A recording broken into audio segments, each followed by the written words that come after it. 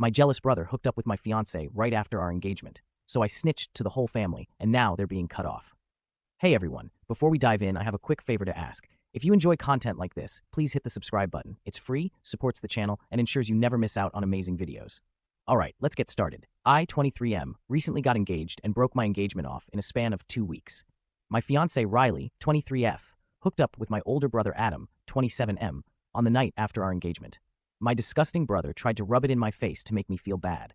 Riley and I had been together for almost 3 years, but she threw it all away for my brother on the night of our engagement. She told me she was thrilled to be marrying me, but went back on her word the very next day when she hooked up with my brother. I was very upset about it and broke things off through text and blocked her. I also changed the locks on my house so she wouldn't be able to come back home. Riley and I had been living together for the past year, and it had been going really well, so I thought that it was the right time to propose. I never thought that she would end up betraying me for Adam, of all people, because she knows that he and I have an intense rivalry and don't get along at all. My dad passed away when I was a baby in an accident, and I barely have any memories of him. Adam had spent some time with him at least, but I have no recollection of what he was like. Adam never liked me, and growing up, he was my biggest enemy. He was always a bully, and my mother, being a single mom, didn't really have time to deal with our sibling rivalry because she had more important things on her mind, like paying the bills and making sure there's food on the table every day. Our uncle, my dad's brother, visited a lot and tried to help out as much as he could. My mother kept in touch with my father's family, even after his demise for their sake, because they'd already lost their son. They didn't need to lose their grandkids, too. My uncle was pretty much the only father figure I've ever known, and he still is my go-to person. For Adam, it was my mother. My mother didn't play favorites, but it was very apparent that if she had to pick one, it would be Adam. And that made our sibling rivalry even more intense because I wanted to be my mother's favorite as well. Unfortunately, I was always a bit of a loser growing up. I wasn't good at sports, and I was mediocre at best when it came to academics. I was quite skinny, and I didn't have any such talents that could set me apart, so I was always very insecure about basically everything. That made it very difficult for me to talk to people, make friends, and be popular. I was a really introverted kid and mostly kept to myself. Adam was quite the opposite. He played sports and was great at it. He wasn't too bad academically either, and he had a very different physique from mine, big and sturdy because of his athletics.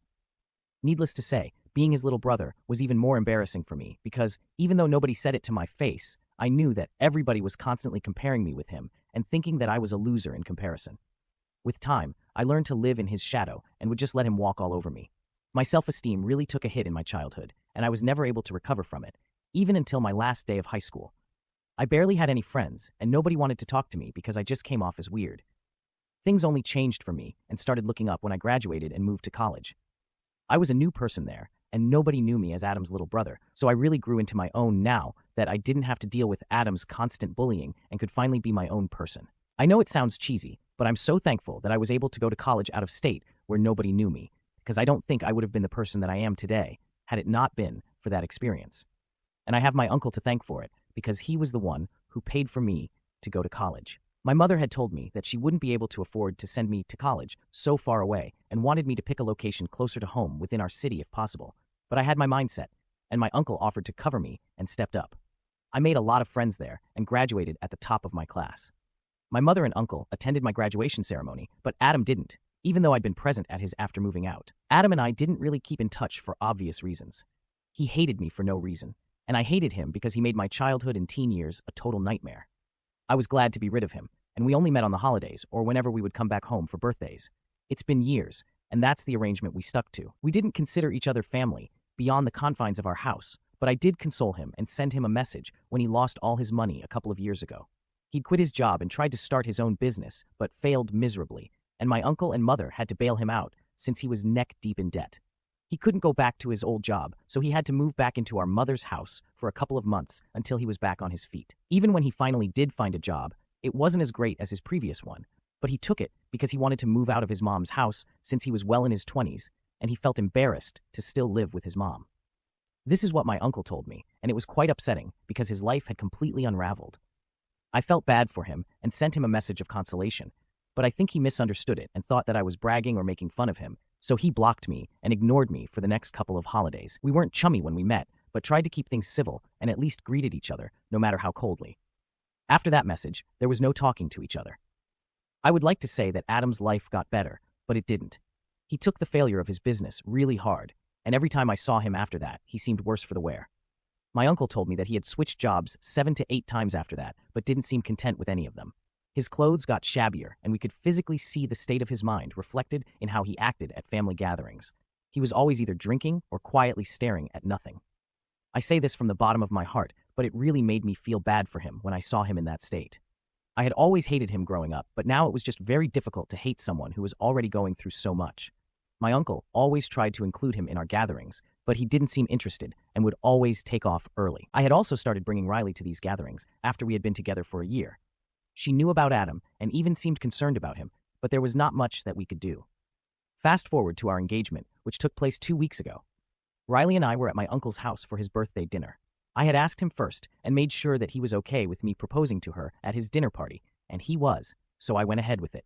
The family would all be there anyway, and my uncle had a beautiful house with a lovely garden, so it was just the perfect place. I had even invited her parents, but they weren't going to show up until after the proposal, so she wouldn't be able to guess what was about to happen.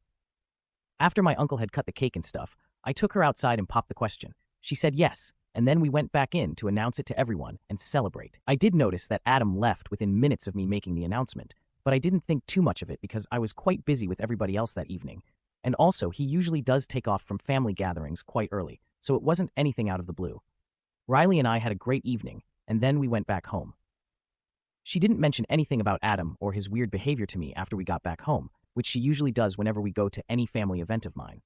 We were both really drunk and tired, so I was knocked out as soon as my head hit the pillow, but I did wake up accidentally around 2 in the morning because I had to use the bathroom. When I woke up, I realized that Riley was still on her phone, and when I asked her who she was talking to, she told me that she was telling a couple of her friends about the engagement. That seemed innocent enough, so I didn't suspect anything and went back to sleep soon after. But 2 days later, while I was at work, I received a bunch of texts from Adam. It was really unexpected because the last time we had a conversation, he had blocked me. It was just screenshots of his conversation with Riley. And in those chats, they were planning to get together and hook up, which they did. It started with Adam reaching out to her to congratulate her on the engagement, and she asked him why he wasn't present for the rest of the evening. He told her that he was just upset about a lot of things and wanted to get out of there while he could because he didn't want to intrude on my happiness. He talked about how we've never been friends, and he felt like it was inappropriate for him to be present on such an occasion for me, so he left. He was making himself look like some sad little puppy who wasn't wanted, but the truth is that I really wouldn't have cared if he stayed for the evening. He only wanted Riley to sympathize with him, so it would be easier for him to manipulate her, and that's exactly what happened. She started consoling him and told him that there was somebody out there for him. She also said that I was a great guy, and I didn't mean to rub it in his face, so she apologized on our behalf if he felt bad about what happened. Adam responded by saying that he would never be able to find someone like Riley, so he didn't see the point of even searching. That sly jerk started flirting with her, and she flirted back in kind, and suddenly they were making plans to meet and hook up. I know for a fact that she did go over to his house the night after our engagement because she told me that she was going to spend the night at her friend's place to tell her everything about the engagement. On top of that, Adam had also sent me pictures of Riley's clothes on his bed, and that was all that I needed to see. It was a sick and disgusting thing to do, and it really caught me off guard. But I took the rest of the day off and went back home immediately after I received Adam's texts.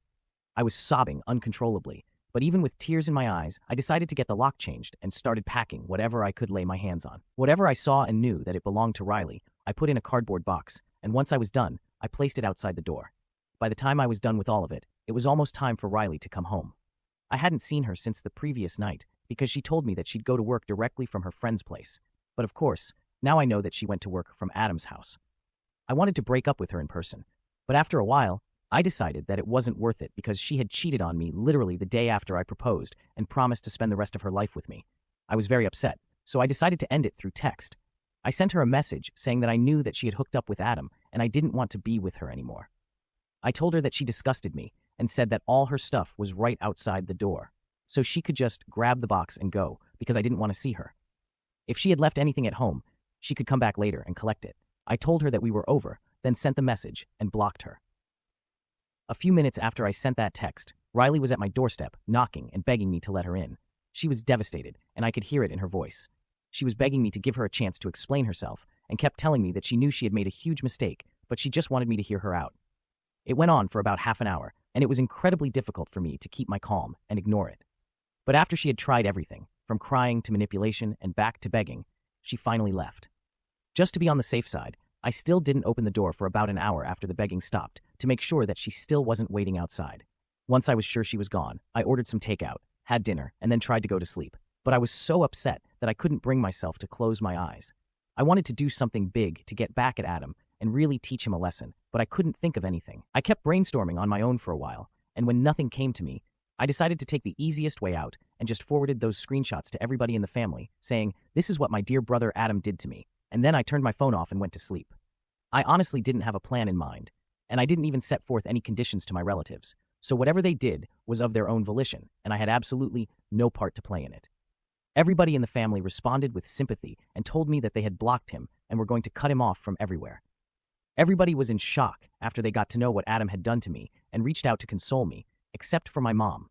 She didn't talk to me in the first couple of days after I sent everybody that message, but she visited me a few days later, and she looked very upset. I knew that she wasn't going to sit and console me like the others. I was right, because she had visited me to talk to me about my actions. She told me that she could understand that I was upset with Adam for whatever he did, and rightfully so, but even then, I should have refrained from publicizing the incident. Her reason was that Adam was already suffering so much because he was a grown man living hand-to-mouth with a failed business and no prospects in his love life either. He would have a few flings here and there, but there was nothing permanent, and it was especially sad because he was a really promising young man when he was younger, so nobody could have imagined that he would turn out to be so unsuccessful and sad. I, on the other hand, nobody could have expected me to be as successful as I am today, be it in my line of work or my relationships. My mom believed that Adam did this out of jealousy, which I already knew. For context, I work in an architecture firm and have a high-paying job. I worked really hard to get where I am now, and if Adam had researched his business properly, instead of rushing into it headfirst, then it wouldn't have failed, and he wouldn't be earning less than half of what I make. But coming back to the point, while my mother was telling me all this, it almost felt like she was trying to justify what he did. So I interrupted her and asked her if she was actually trying to make it seem okay for Adam to hook up with my fiancée just the night after we got engaged, simply because his life was sad and pathetic. She took a minute, and then she said that it wasn't okay, but I needed to understand where he was coming from and be a little sympathetic and forgiving. She went on to tell me that the family cutting ties with Adam had hit him really hard, and he was miserable. The family get-togethers were the only thing that he had going on for him, because he felt embarrassed to be around his friends, who were a lot more successful than he was, so he didn't keep in touch with them, and family was all that he had. I was happy about that, and I didn't really care that he was miserable because he had broken up with me and Riley, so he deserved this, and I had no sympathy to spare for him. But my mother believed that I should be the bigger person and talk to everyone to convince them somehow to give him a chance. Not only that, she also wanted me to reach out to him and clear the air. I told her that I was not doing any of it, and she was crazy to even expect that I would reach out to the person who ruined my relationship on purpose. I really just snapped at her.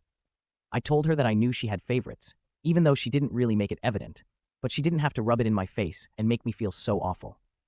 I told her that if I had done the same thing to Adam, then she wouldn't have been trying to justify it and make it look like no big deal. She probably would have been all up in arms about it, and I knew that for a fact. She tried to deny it, and we started arguing. It turned into a big fight, where she got very upset and huffy. She left the house after saying that she wouldn't talk to me until I reached out to Adam and tried to sort things out with him. It's been a couple of days since then, and my relatives have been checking in on me. Mostly, it's my uncle who has been texting with me daily. Riley also sends me messages from time to time, hoping to win me back or at least have a conversation with me, but I haven't replied to her. I haven't blocked her yet, either, but I know that I have to, and I will, eventually. The only person that I haven't heard from after our big fight is my mother, and I really feel bad about it. I already mentioned that I knew my brother was her favorite because they always seemed to have some inexplicable bond, even when I was a kid, but my mom never played favorites. That's up until now, at least. I just feel very confused about what she said. I am content with my life right now, and it's not like I'm depressed or whatever, but I do want my mother in my life. But I don't think I agree with her opinion on the whole Adam and Riley situation. So what do you guys think I did for sending my family proof of my brother and my fiancé cheating on me? Update 1. The people have spoken, and the people have been hurt. Thank you so much for all the comments on the original post and for reading through it so patiently. I'm glad that so many of you had great advice for me on what to do next and reassured me that I wasn't in the wrong, because my mother saying all that really made me feel that I was somehow out of line for what I did. But evidently, that's not the case, and I have no need to reach out to anybody. I also spoke to my uncle about what my mom said. I hadn't told anybody earlier because this was kind of personal, and I didn't want to discuss this with other people. But my uncle is family, and I felt considerably better after speaking to him. He told me that he had also noticed my mother always favored Adam over me. It wasn't always very obvious, but it was definitely there, and anybody with a brain could tell that she had a favorite, and it wasn't me. He told me that he really felt awful about what happened with me because he knew how strongly I felt for Riley, and yet she didn't think twice before hooking up with Adam, in spite of knowing about our relationship. It was upsetting, but there was not much that I could do when I was honestly kind of okay, since I like to think that I dodged a bullet there. I haven't moved on from her entirely, but I know I'll get there. That's really not what I'm worried about. However, my relationship with my mother is something that I don't want to lose, but if she acts like this and victimizes Adam, then I don't see a way for us to get along or reconcile. My uncle thinks that I should just give up on it. He said that he knows my mother, and he also knows that she isn't going to back down if she believes that she is right. He told me that I shouldn't hold out hope that she might come around and talk to me because it's quite unlikely since she has been visiting Adam almost every day ever since our family cut him off. It hurt that she was still going out of her way to look after him, even though I was the one who actually lost a relationship because of him, and quite an important one at that. But I also understand that I can't help the situation, and it is what it is. That's something my uncle taught me, to just accept things and let it go. And I guess that's what I have to do. I tried arguing with my mother and making her see sense, but she wasn't interested in the truth. She was only interested in making sure that Adam had all the support that he needed. Fine by me, I guess. Update 2. So, it has been almost 2 weeks since I broke up with Riley, and she had been texting me almost every other day for about a week after we broke up, but then she just stopped. Probably after she realized that begging me to take her back wasn't going to work, and I don't want to speak to her or hear her side of the story. I don't even know why she thought explaining her side would make it any better, because, as far as I'm concerned, nothing excuses cheating, and that's just how it is. But she reached out to me yesterday and told me that she wanted to come by and collect some of the things that had been left behind. That's when I finally replied, because now we were getting down to business. Instead of our conversations, just her begging me to talk to her, and me ignoring all those texts, I told her that she could come by today because I was taking a day off anyway, and might as well get this over with. So she dropped by around noon, and I could tell that she was really upset. She looked worse for the wear, and didn't look me in the eye even once for the entire time that she was there. I didn't say anything to her either. After I opened the door and let her in, there was silence in the house while she packed her things, and I sat on the couch in the living room and avoided looking at her. Once she was done packing, she told me that she was going to leave, and even though I had a lot to say to her, I just said goodbye and then went back to my phone. She didn't deserve anything more than that, and after that, she was just gone for good. It feels weird, but in a nice way, because this just means that I don't ever have to talk to her or be reminded of her by things around the house or her messages. I blocked her a few minutes after she left and decided to celebrate by watching our favorite movie on my own. Still, no word from my mother, but with time, it's becoming easier for me to come to terms with it. At least now I know for sure that she would never have taken my side here, simply because I'm not Adam, so whatever I did for her would never be good enough, and honestly, I'm sick of trying. My uncle told me that he also had a fight with her recently while he was trying to defend me, and she didn't like it. So they aren't on speaking terms anymore either. I can't believe that she is willing to sacrifice her relationship with both of us just so she can continue defending Adam, even though she knows that he's a jerk. It just doesn't make any sense to me, but I guess if that's what she wants, then whatever. Update 3. It's been a month since I posted here last, and I can't believe that until a month ago, I was still whining about how my mother doesn't love me. But I'm better now, and I just don't care about what my mother thinks. She is just as delusional and selfish as my brother, and that's probably why they get along so well, because they're both horrible people, and I was quite unfortunate to be related to both of them. But now I have no ties with either of the two, and I am so thankful for it, because they don't deserve somebody like me, and neither did Riley. I was always too good for them, and if they couldn't see that, then that's on them. It's their loss all the way. I don't have to feel bad for anything, and that's exactly why I don't feel bad about the fact that nobody from our family talks to them anymore and doesn't invite them to any events. They just have no link to any of us anymore, and I couldn't be happier about it. Riley and I haven't spoken ever since she came back here to collect her things for one last time, because I blocked her afterward. And so did most of our common friends after they found out the real reason behind our engagement falling through. But my mother did try to reach out to me a few days ago, and even now, she doesn't think that she needs to apologize to me, which is just insane to even think about. Even in the last conversation that we had, she was still harping on about how Adam is suffering and has been diagnosed with clinical depression. I told her that I could give her a psychotherapist phone number, but nothing else. And I definitely wasn't going to talk to our family members now to make them sympathize with him. Then she started trying to manipulate me by going all emotional and sentimental on me. She was really laying it on thick and said that she had already lost her husband, and she didn't want to lose the two most important men in her life now because of some stupid petty fight over a girl. It was interesting that she saw the fight as stupid and petty, because the way I remember it, the fight was not over some girl, it was over my fiancée, and it was neither stupid nor petty because Adam had decided to hook up with Riley on purpose, all because he wanted to make me feel bad. So I think I was perfectly within reason to be mad at him and never want to speak to him again. As for the rest of our family, I hadn't coerced them into doing anything. They cut Adam and my mother off because of their own behavior, and I had absolutely nothing to do with that. So if they want to blame somebody, they should blame themselves. This is what I told my mother before blocking her. Now I can finally move on with my life, and they can go to hell for all I care.